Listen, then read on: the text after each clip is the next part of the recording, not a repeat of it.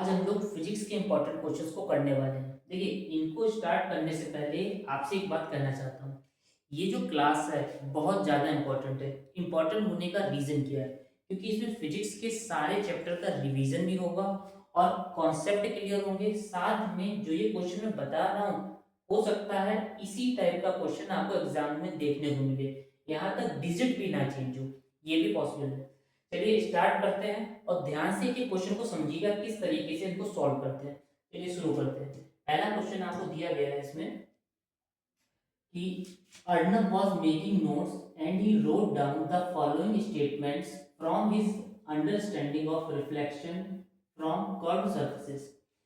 Question में आपको ये तीन ऑप्शन दिए गए हैं, फर्स्ट, सेकंड, थर्ड, और कहा गया है चूज द करेक्ट ऑप्शन। हमें बताना है करेक्ट ऑप्शन को इसमें से। सबसे पहले स्मार्ट वे क्या है?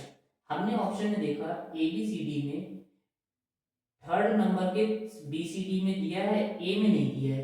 अब थर्ड को देखते हैं। पहले थर्ड है क्या कि कॉनकेव और कॉन्वेक्स मिरर दोनों के लिए मिरर फॉर्मूला क्या यही होता है, 1/f=1/v+1/u। ये तो सही है। हमें करेक्ट बताना है, ये सही है, यानी कि बी सी डी में से कोई होगा। ए क्या होगा, डिलीट। बात समझते चलना। अब देखो सेकंड वाला आ रहा है बी में, सेकंड पढ़ते हैं। Convex mirror always produce real inverted image. गलत। क्यों? क्योंकि कॉन्वेक्स मिरर हमेशा वर्चुअल और इरेक्ट बनाता है। तो ऑप्शन बी गलत हुआ क्योंकि सेकंड इसमें इन्वॉल्व है। सी भी रॉन्ग हुआ क्योंकि सेकंड इन्वॉल्व है। D is right. रीजन समझ में आया? क्योंकि कॉन्वेक्स मिरर हमेशा वर्चुअल और इरेक्ट इमेज बनाता है। यहाँ पर दिया था रियल और इन्वर्टेड। क्लियर? नेक्स्ट क्वेश्चन को करते हैं। Choose the correct option from the below which explain the reason for us to perceive the day sky as blue. Day के टाइम पे स्काई का कलर ब्लू होने का रीजन बताना है। देखो ब्लू क्यों होता है? ब्लू होने के पीछे ब्लू की जो वेवलेंथ है, as sunlight passes through the atmosphere, जब सन की लाइट एटमॉस्फेयर से पास होती है तो शॉर्टर वेवलेंथ, जिसकी वेवलेंथ कम है, वो सबसे ज्यादा स्कैटर होगी। तो ब्लू की क्या है, शॉर्टर, इसलिए वो सबसे ज्यादा देखने को हमें मिलता है। इसीलिए स्काई का कलर क्या है, ब्लू। क्यों? क्योंकि ब्लू की वेवलेंथ शॉर्टर है, इस वजह से वो सबसे ज्यादा स्कैटर होता है। तो option A is right. Next question करते हैं। नेक्स्ट क्वेश्चन असर्शन रीजन है। असर्शन रीजन में क्या कहा गया है? इसमें पूछा गया है, असर्शन है a point object is placed at a distance of 26 centimetre. Object distance दी गई है, कहा गया ऑब्जेक्ट तो यू दे दिया गया। कॉन्वेक्स मिरर की फोकल लेंथ दे दी गई है 26 centimetre. The image will not form at infinity. Convex mirror में कभी भी इंफिनिटी में तो बनती नहीं है, तो ये तो ट्रू हो गया। चाहे हम मिरर फॉर्मूला लगा के सॉल्व भी कर सकते हैं। फिर नीचे रीजन में लिखा है कि फॉर्मूला तो सही दिया है, लेकिन कह रहा है कि इमेज बनेगी v, यानी कि इमेज डिस्टेंस कहाँ देना है, इंफिनिटी पे। इमेज क्या इंफिनिटी पे बनेगी? ये तो गलत है। तो रीजन यहाँ पर फॉल्स है, असर्शन ट्रू है। तो कौन सा सही है इसका option? Reason false, assertion true, यानी कि option C is right. Clear है? नेक्स्ट क्वेश्चन की तरफ मूव करते हैं। 33 क्वेश्चंस। अब इसको कैसे करते हैं समझना बात को ध्यान से। इस क्वेश्चन में आपको एक इमेज दी गई है और इसमें ऑप्टिकल इंस्ट्रूमेंट बताना है। Identify optical instrument. अब सबसे पहले हमें मिरर और लेंस से समझना है। यहाँ पर ऑप्टिकल लिखा है तो हो गया ये लेंस। पहली बात तो ये है। दूसरा कह रहे हैं इसको आइडेंटिफाई करो।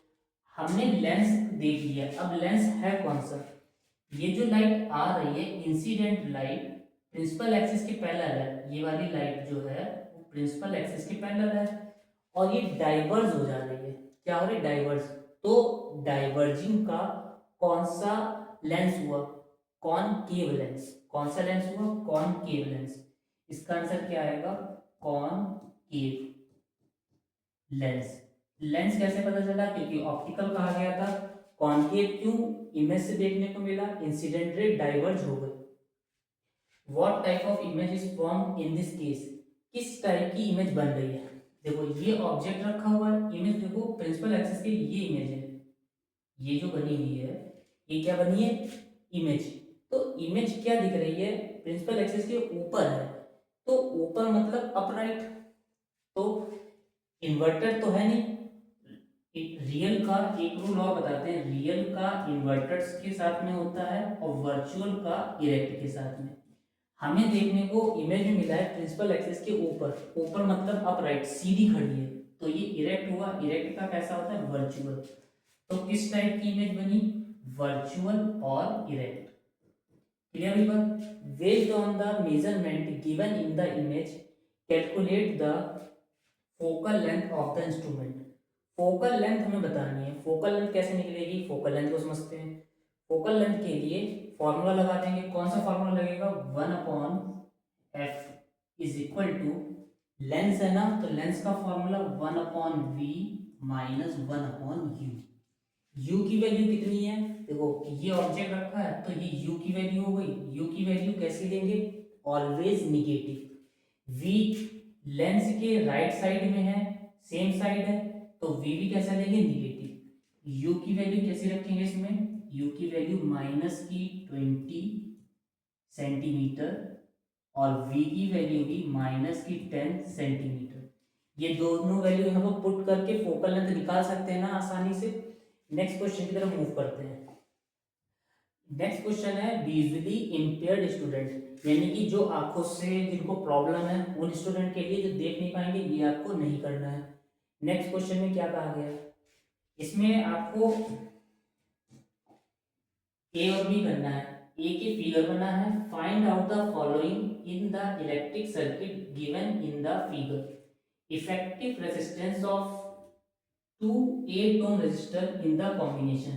अब देखो इमेज में देखने को हमें समझ में आ रहा है 8 ओम के ये पैरेलल लगे हुए हैं, तो पैरेलल कॉम्बिनेशन के अकॉर्डिंग क्या होगा, पैरेलल कॉम्बिनेशन के according 1/r equal to 1/r1 plus 1/r2। Parallel combination में होता है ये, इक्वल टू, पैरेलल में क्या होता है, पैरेलल में करंट डिफर होता है और वोल्टेज सेम होता है। R1 कितना है 8, तो 1/8 प्लस 1/8।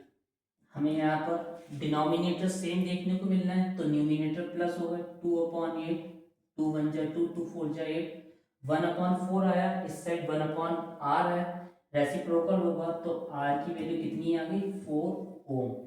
तो फर्स्ट का आंसर क्या निकल के आया, इफेक्टिव रेजिस्टेंस 4 ओम आ गया। क्लियर।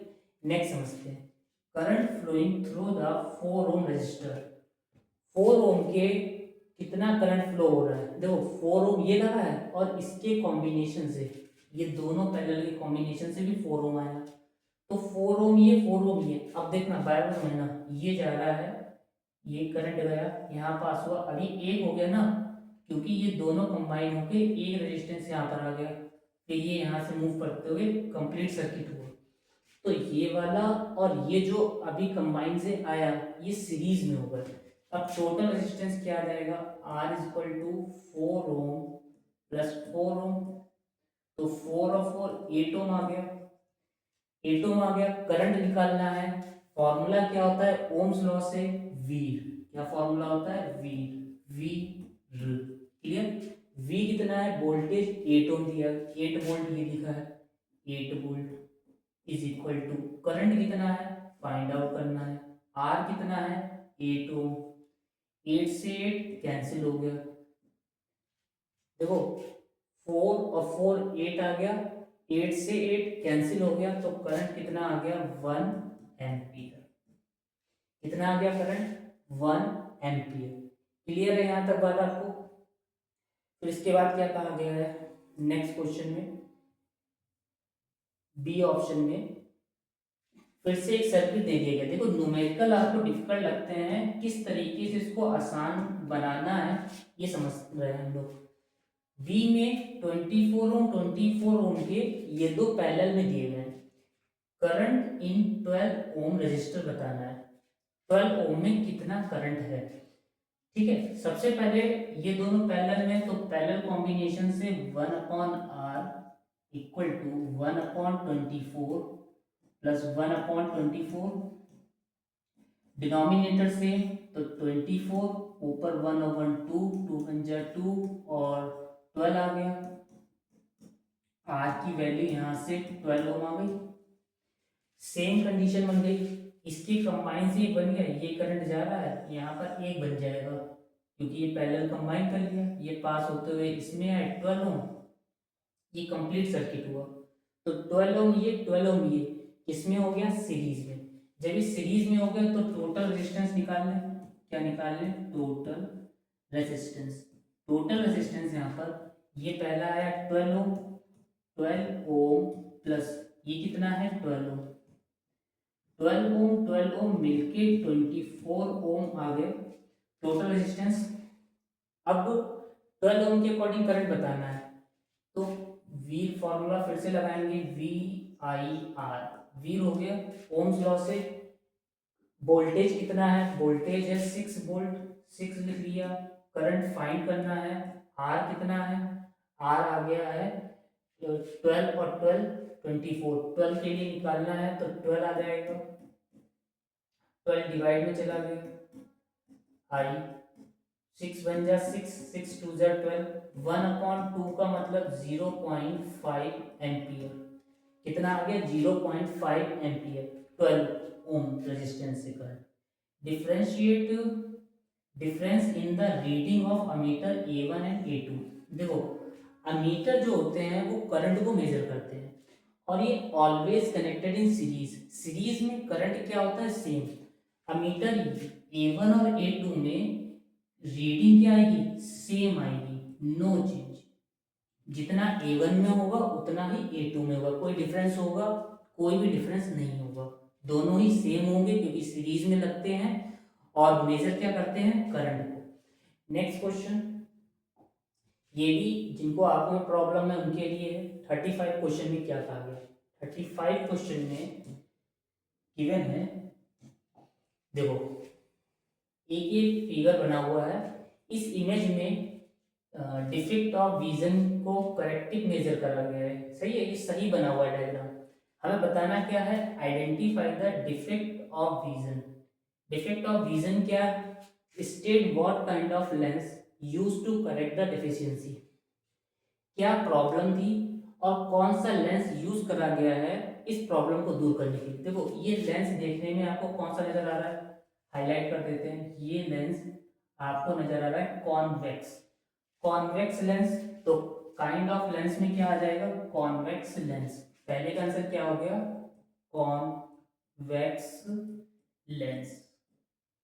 अब पूछ रहे हैं कि डिफेक्ट क्या है, डिफेक्ट कॉन्वेक्स लेंस कब यूज करते हैं, हाइपरमेट्रोपिया में। कब यूज करते हैं, हाइपरमेट्रोपिया,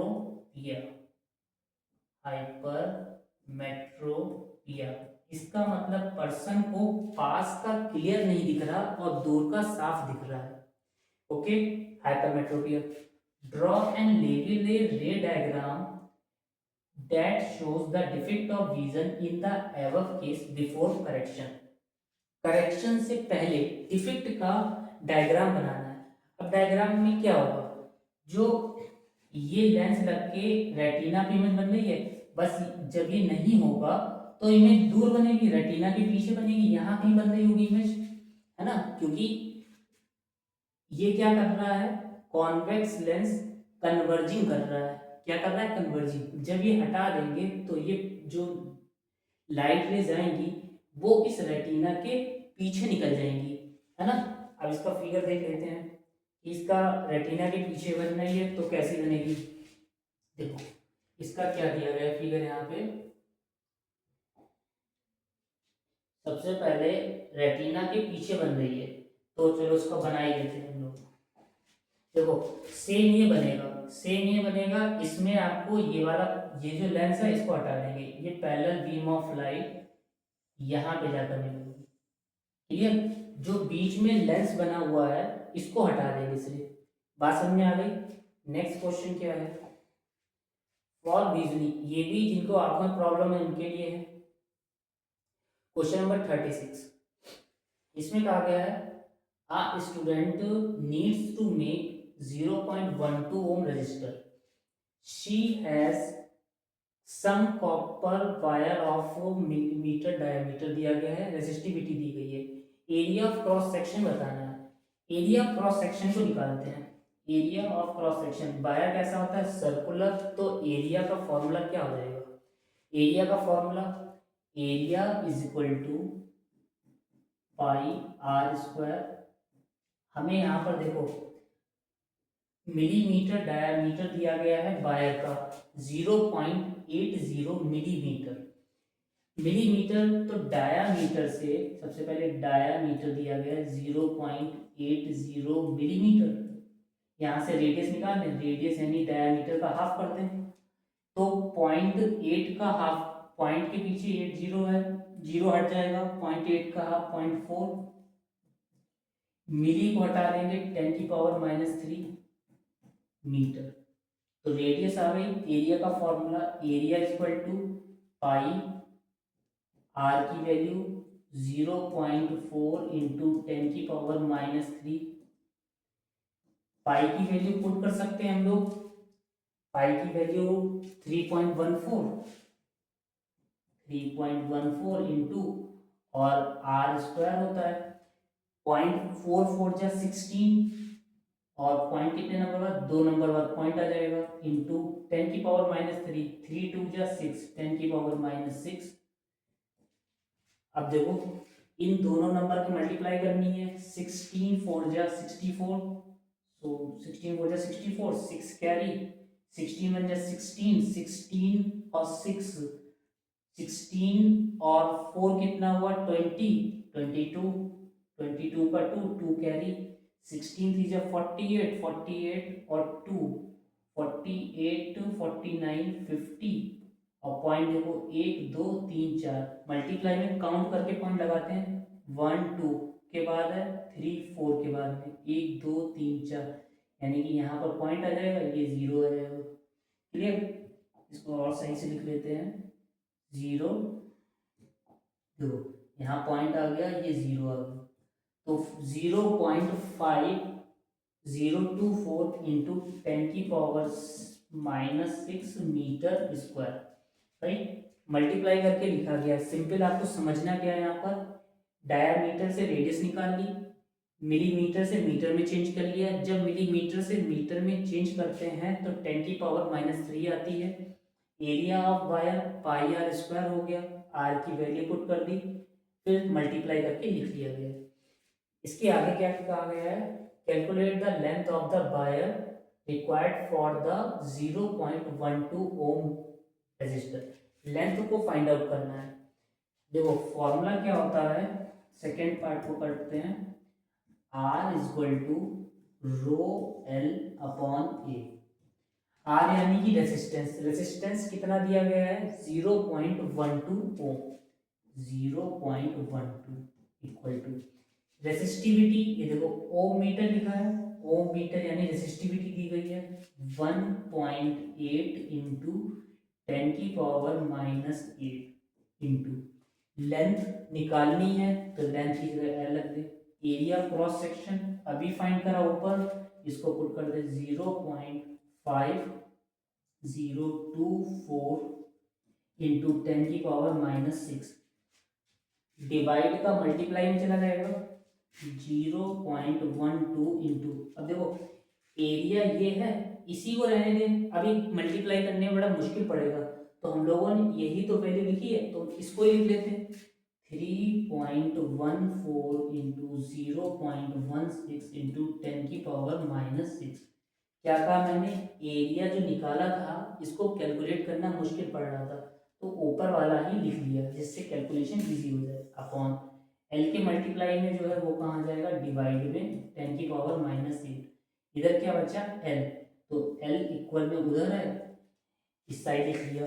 क्लियर हो गई, देखो डिवाइड का मल्टीप्लाई में, मल्टीप्लाई का डिवाइड में, अब समझते हैं। देखो 10 की पावर, देखो एक पॉइंट हटाया, ऊपर से ये पॉइंट हटाया, ये 2 नंबर बाद पॉइंट है, तो नीचे एक 0 आ जाएगा। क्लियर, 2 नंबर बाद है, एक 0 आ गया नीचे, यहाँ से हटाया फिर 2 0 नीचे आ गए, यहाँ से हटाया फिर 2 0 नीचे आ गए, 100 आ गया। अब समझते रहना, 6 2 जा 12, 6 3 जा 18। क्लियर। अब 1 2 3 4 5, 10 की पावर कितनी है 5। देखो यहाँ पर लिखते हैं 6 2 जा 16 है, 16 2 जा 32 इंटू 314/3 इंटू, देखो ये मल्टीप्लाई करके 3 से डिवाइड कर लेंगे। 10 को समझते हैं, 10 की पावर को। नीचे कितने जीरो हैं, 1 2 3 4 और एक 5। 10 की पावर 5 प्लस में और 10 की पावर -8, -8 से 5 गए तो बचे -3। -3 जब ऊपर जाएंगे, नीचे से ऊपर जाएंगे तो प्लस में, तो 10 की पावर -6 है और -3 ऊपर गए तो प्लस में, 6 में से 3 गए तो बचे 3, किसके माइनस का। यहाँ क्या करोगे आप, मल्टीप्लाई करके 3 से डिवाइड कर लेंगे तो ये लेंथ की वैल्यू आ जाएगी। क्लियर है बात, समझ में आ रही है आपको। नेक्स्ट क्वेश्चन करते हैं। नेक्स्ट क्वेश्चन में कहा गया है मैग्नेटिक फील्ड लाइंस दी गई है। देखो magnetic field lines given below diagram, a student makes a statement that magnetic field at x is stronger than y। a student है जो ये कह रहा है कि x पर स्ट्रॉन्गर है। एक्सप्लेन करना है रीजन कि वो सही बता रहा है या नहीं बता रहा है। देखो मैग्नेटिक फील्ड स्ट्रेंथ का क्या होता है, सबसे पहले मैग्नेटिक फील्ड स्ट्रेंथ, ध्यान से समझना है इस बात को। क्या लिखा है, magnetic field strength inversely proportional होता है डिस्टेंस फ्रॉम मैग्नेट। बात समझना, अगर मैग्नेट से डिस्टेंस बढ़ेगी तो मैग्नेटिक फील्ड की स्ट्रेंथ कम होगी। अब समझो x जो है, x है दूसरे नंबर पे यहाँ पे और y है तीसरे नंबर पे। ये 3 लाइनें दिख रही हैं आपको, 1 2 3। देखो ये पहली, ये दूसरी, ये तीसरी। अब इन 3 लाइनों में ये देखो ये सबसे ऊपर है और सबसे पास में ये वाली है। बात समझ रहे हो, तो x वाली दूसरे नंबर पे पास में है। या फिर इसको एक तरीके से और भी मैं बताता हूँ। देखो इसको थोड़ा सा और सही करते हैं, समझना, कलर चेंज कर देते हैं। पहली वाली ये ले लें, पहली दूसरी तीसरी, 3 आपको दिख रही। एक्स वाली कहाँ पर है, दूसरे नंबर पे और वाई वाली है तीसरे नंबर पे। ये जो पॉइंट आपको छोटा सा दिख रहा है। अब एक्स वाली पास में है, डिस्टेंस बढ़ेगी तो स्ट्रेंथ कम होगी। तो डिस्टेंस किसकी ज्यादा है, वाई की ज्यादा है। वाई की डिस्टेंस ज्यादा है तो मैग्नेटिक फील्ड स्ट्रेंथ क्या हुई, कम।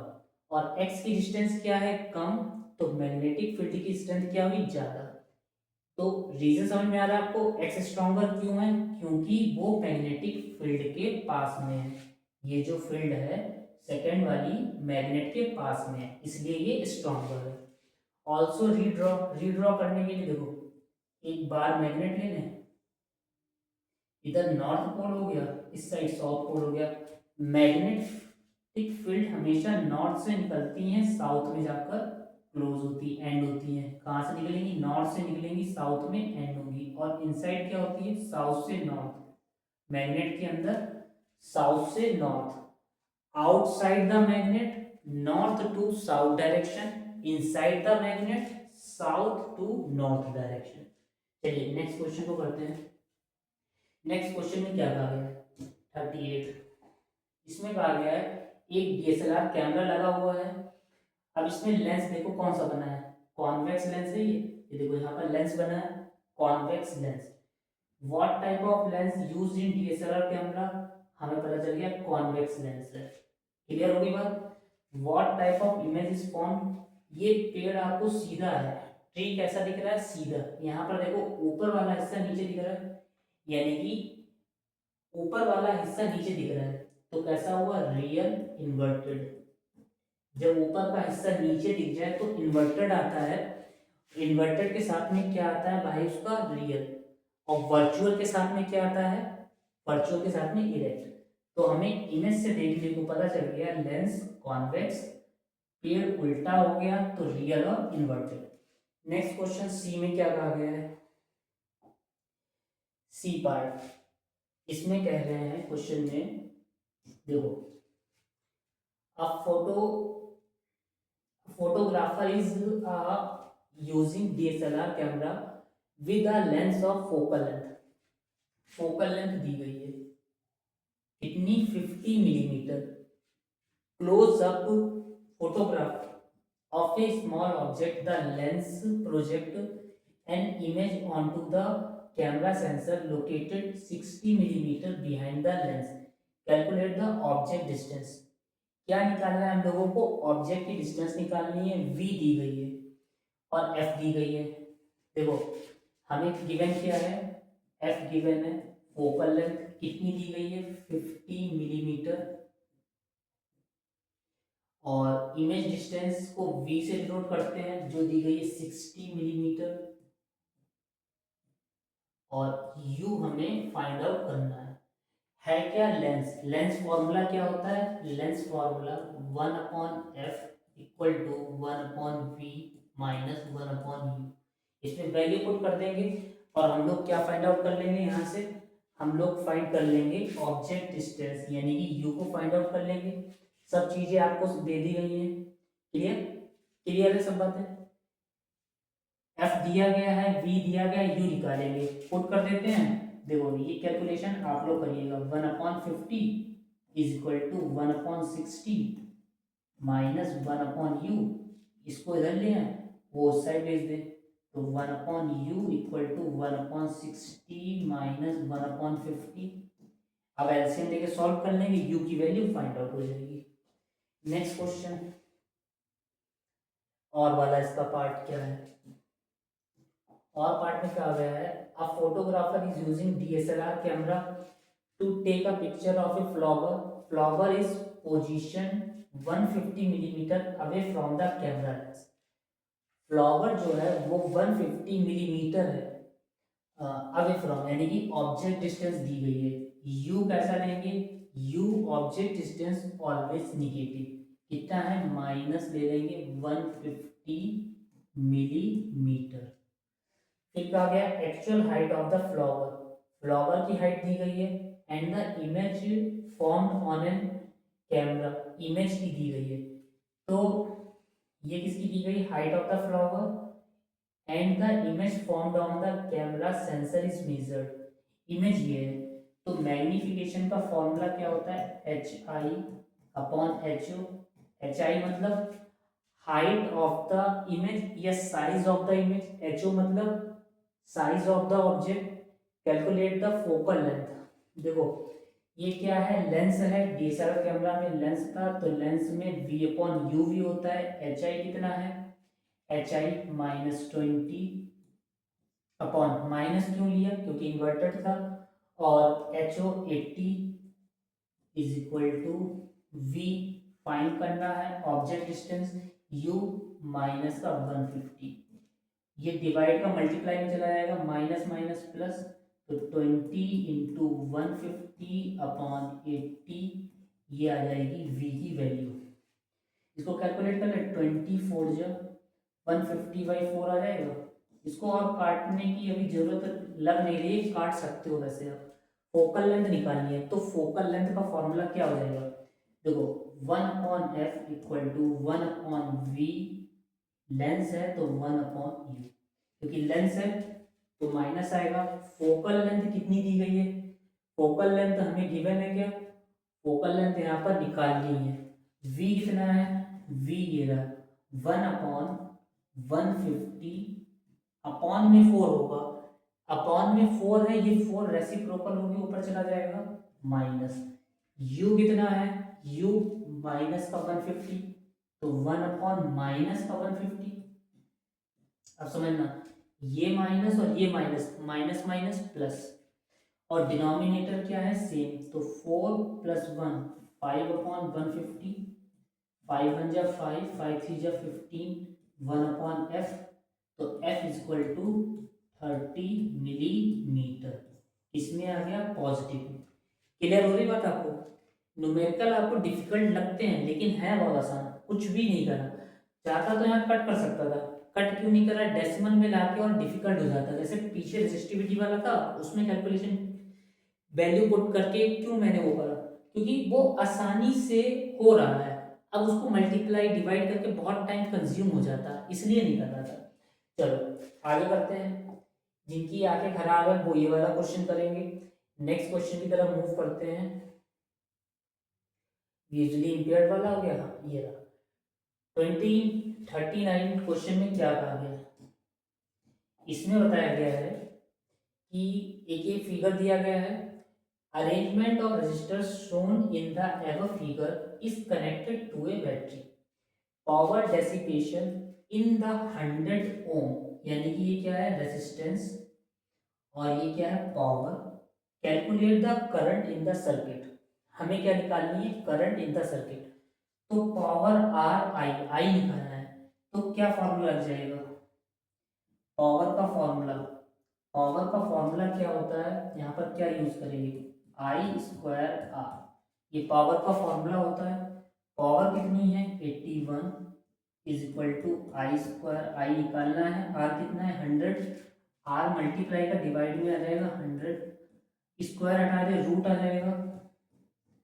अब एक बात बताओ आप, 81 का स्क्वायर रूट 9 और 100 का स्क्वायर रूट 10, तो 9/10 यानी कि 0.9 एम्पियर आ गया। बात समझ में आ रही है? The reading in the volt meter V2, V2 ये लगा हुआ है। अब ये दोनों पैरेलल में है, ये वाला और ये पैरेलल में है, तो पैरेलल कॉम्बिनेशन कर लें। देखो आराम से समझना, पैरेलल कॉम्बिनेशन, ये 1/r इक्वल टू 1/25 प्लस 1/25। समझना ध्यान से। देखो डिनोमिनेटर फिर से सेम, तो ऊपर न्यूमिनेटर प्लस होगा 2/25 1/r, रेसिप्रोकल कर लें, r इज इक्वल टू 25/2, यानी कि 25 का आधा 12.5 हो जाएगा, 12.5 ओम। रेजिस्टेंस की यूनिट क्या होती है, ओम। अब B2 में रीडिंग बतानी है, the reading in the volt meter B2। किसकी रीडिंग, करंट की। कैसे बताएंगे, देखो रेजिस्टेंस आ गया, V2 निकालना है, तो V2 फॉर्मूला क्या है, ओम्स लॉ से B, B 2-3 बार बोल लिया करो, B, V I R। Current कितना है, करंट अभी निकाला था 0.9 इंटू रेसिस्टेंस कितना है 12.5, इसकी मल्टीप्लाई कर लेंगे, V2 की रीडिंग आ जाएगी। क्लियर होगी बात? अब रीडिंग निकालनी है V1 में, V1 कहाँ लगा है, सबसे ऊपर। ठीक, ये वाला हो गया पार्ट, ये वाला हो गया। अब V1 कैसे निकलेगा, समझते हैं। V1 लगा है यहाँ पे, इन दोनों के कॉम्बिनेशन से आया था 12.5। अब 100 ओम और है, इनसे मिलके एक मिल गया। ठीक, तो टोटल रेजिस्टेंस निकाल लें। टोटल रेजिस्टेंस 100 ओम है, प्लस इसके साथ में एक और लगा हुआ है, वो कितना लगा हुआ है 100 ओम के साथ में, देखो 100 ओम के साथ में एक और है यहाँ पे, देखना वो कितना है 100 ओम, और ये आया इन दोनों के कॉम्बिनेशन से 12.5 ओम। तो 100 में 12 जोड़ेंगे, 112.5 ओम आ गया। टोटल रेजिस्टेंस मिल गया हमें, टोटल रेजिस्टेंस मिल गया, करंट निकाल चुके हैं, हमें V1 निकालना है। अब V1 निकालने के लिए V1 इक्वल टू कितना है 0.9 एम्पियर का करंट इनटू, और टोटल रेजिस्टेंस 112.5, इनकी मल्टीप्लाई करेंगे, V1 की रीडिंग आ जाएगी। बात समझ में आ रही है? ये कॉन्सेप्ट क्लियर हो रहा है, ये कैसे वैल्यू टोटल रेजिस्टेंस निकालना है। सीरीज में था तो सीधे सीधे प्लस हो गया, ये पैरेलल था तभी इस टाइप से करा गया है। नेक्स्ट क्वेश्चन करते हैं।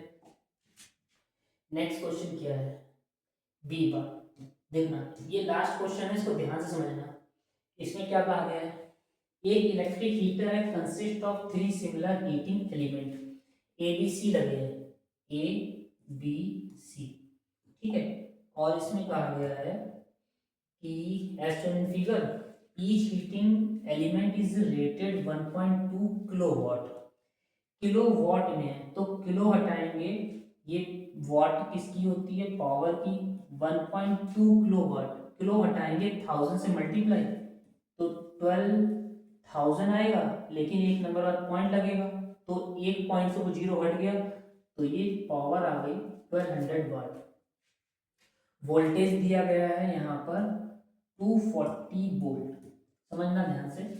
Has constant resistance S1 S2 and S3 are respectively switches. Circuit is connected to a 240 volt supply. Calculate the resistance of one heating element. एक हीटिंग एलिमेंट का रेजिस्टेंस निकालना है, तो P है, V है, R निकालना है। फॉर्मूला क्या हो जाएगा? फॉर्मूला होता है P is equal to V square upon R। ये फॉर्मूला होता है। P कितना है? 1200 इक्वल टू 240 वोल्टेज, फिर 240 क्योंकि स्क्वायर है और आर को फाइंड आउट करना है। दो जीरो से ये जीरो कैंसिल। अब देखो 12 वन जा 12, 12 टू जा 24, आर इधर चला गया, आर और 24 टू जा 48 ओम। तो calculate the resistance one heating element कितना आ गया? 48 ओम का आ गया। Calculate the current in each resistor when only S1 and S3 are closed. देखो जब S1 यानी कि इसको क्लोज करें और इसको क्लोज करें, जब ये बंद करेंगे तो करंट यहाँ से जाएगा और C से पास होगा। किसके अंदर से जा रहा है? C के अंदर से निकलेगा करंट। क्लियर हुई बात? Calculate the power dissipated across A when S1 S2 and S3 are closed. S1 भी बंद कर दें, S2 भी बंद कर दें, देखो इसको इरेज कर देते पहले, S1 भी बंद कर दें और S2 भी बंद कर दें और S3 भी, तीनों ये बंद कर दें। S1 बंद कर दिया, S2 बंद कर दिया, S3 बंद कर दिया। पावर डेसिपेटेड अक्रॉस ए, इसमें पावर बतानी है, ठीक है। तो पावर का फॉर्मूला, वोल्टेज दिया गया है, करंट को निकाल लेंगे। कैसे निकालेंगे करंट को? देखो 48 ये दोनों सीरीज में है, 48 एक में, तो टोटल रेजिस्टेंस कितना है? टोटल रेजिस्टेंस सीरीज में सीधे सीधे प्लस होंगे, 48 प्लस 48 96 ओम आ गया, 96 ओम।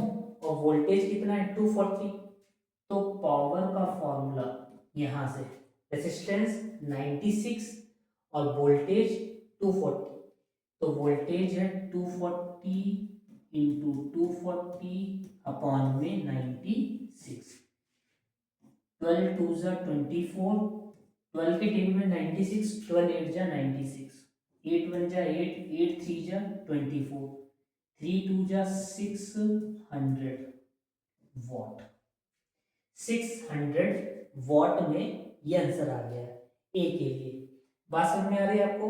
नेक्स्ट क्वेश्चन ये विजुअली इंपेयर्ड का है और यहीं पर ये क्वेश्चंस आपके होते हैं फिनिश। ये फिजिक्स के इंपॉर्टेंट क्वेश्चन। देखो कुछ जगह पे मैं मल्टीप्लाई नहीं कर रहा हूँ, रीजन क्या है? मल्टीप्लाई ये तो आप कर लोगे, मेन कॉन्सेप्ट को समझो, बात को समझो कि क्वेश्चन में पूछा क्या जा रहा है और उसको कैलकुलेट कैसे करते हैं। इस अगर एक बार में नहीं क्लियर है तो उसको रिपीट करके देख लेना, बैक करके देख लेना। अगर स्लो लगा है तो उसके 2x या 1.5 स्पीड में अपने अकॉर्डिंग आप सेट कर लेना। दूसरी बात, इस चैनल पे आपको इंपॉर्टेंट क्वेश्चंस कंटिन्यू मिलते रहेंगे जब तक आपके बोर्ड के एग्जाम नहीं होते। बढ़िया तरीके से पढ़ाई करते चलिए और अपने ये जो क्वेश्चंस मैं दे रहा हूँ ये सारे के सारे बहुत इंपॉर्टेंट है। इसको बार बार आप जब रिवाइज करते रहेंगे तो आपका कॉन्सेप्ट क्लियर होता जाएगा, तैयारी होती जाएगी। नेक्स्ट वीडियो में फिर से मैं फिजिक्स के इंपॉर्टेंट क्वेश्चंस को लेके आऊंगा। इस ठीक है, मिलते हैं नेक्स्ट वीडियो में।